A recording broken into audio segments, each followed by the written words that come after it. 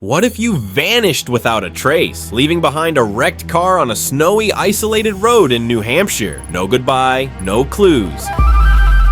Just a mystery that's haunted investigators and true crime enthusiasts for over 20 years. This is the story of Maura Murray, a 21-year-old nursing student whose disappearance in 2004 has sparked endless questions. Did she run from her past? Or did something, or someone, take her? Buckle up as we dive into one of the most puzzling unsolved cases ever, piecing together the facts and theories that keep this enigma alive. Maura's life before the vanishing. Maura Murray seemed like the all-American girl next door. Born in 1982 in Brockton, Massachusetts, she grew up in a close-knit Irish Catholic family, the fourth of 5 siblings. Athletic and driven, she excelled in track at Whitman-Hanson Regional High School and earned a spot at the prestigious United States Military Academy at West Point studying chemical engineering. But after 3 semesters, she realized it wasn't the right fit and transferred to the University of Massachusetts Amherst to pursue nursing. Friends described her as smart, reliable, and outgoing, but beneath the surface, cracks were forming.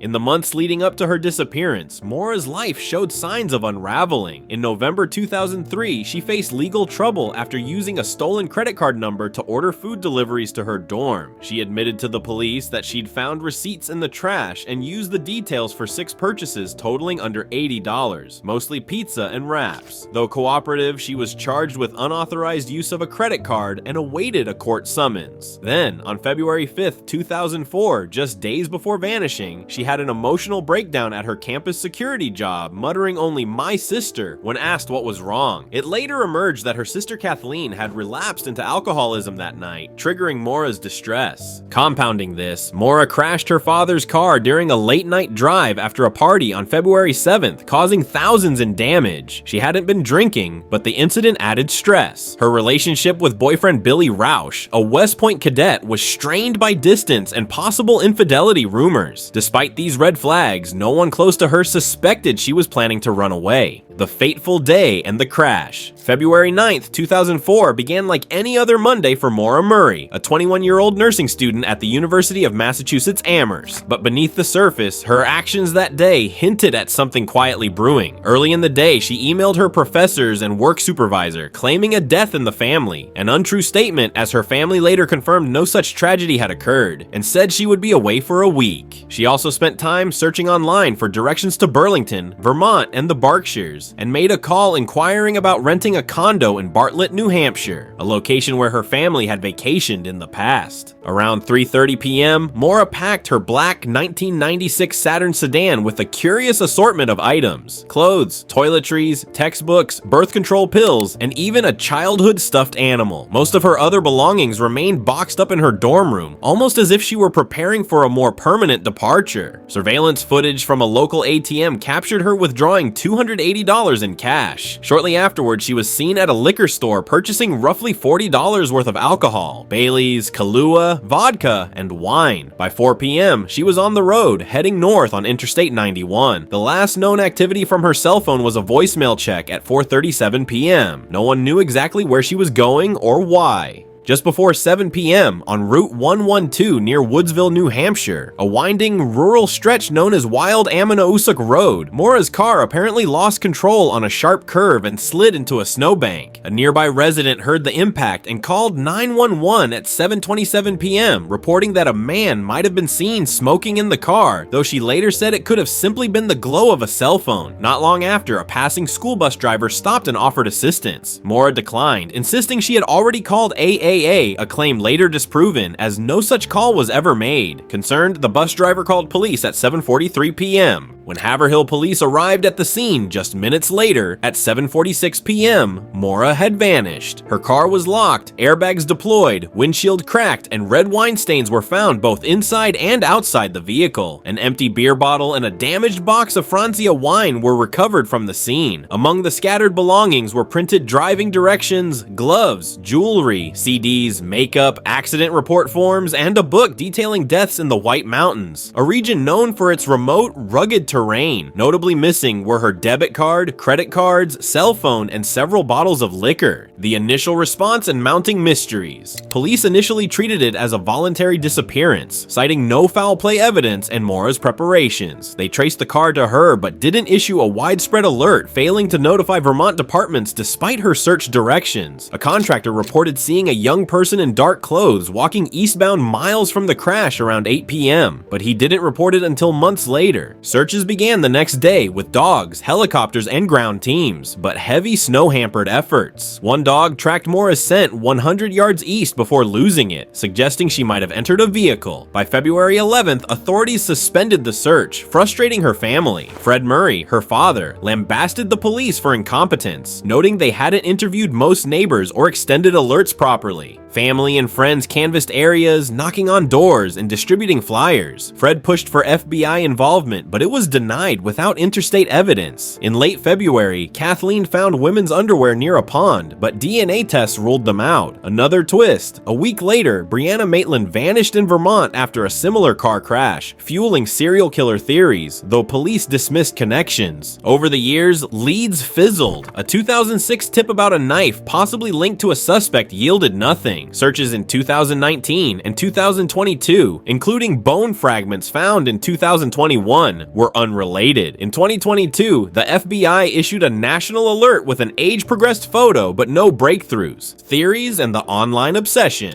What happened to Maura? Theories abound. Suicide seems unlikely, she was planning ahead, and no body was found despite extensive searches. Exposure in the cold woods? Possible, but dogs and helicopters found no trace, and she declined help, suggesting intent to flee. Foul play. Some point to the bus driver's inconsistent statements or a neighbor's alleged sighting of a police SUV at the scene before official arrival. Online sleuths speculate abduction by locals or a hit-and-run cover-up. The rag in the tailpipe fuels sabotage theories. Voluntary disappearance. Maura's lies, packed belongings, and stresses, credit card charges, car crashes, family issues suggest she wanted a fresh start. But why no contact since? Her case exploded online, inspiring forums, podcasts, and a 2017 Oxygen documentary criticized for focusing more on speculation than facts. Police now classify it as suspicious. Handled by New Hampshire's cold case unit, Fred Murray sued for records, but courts denied full access. Despite media like 2020 and Disappeared, the case stands still, a testament to how one night's mystery can endure.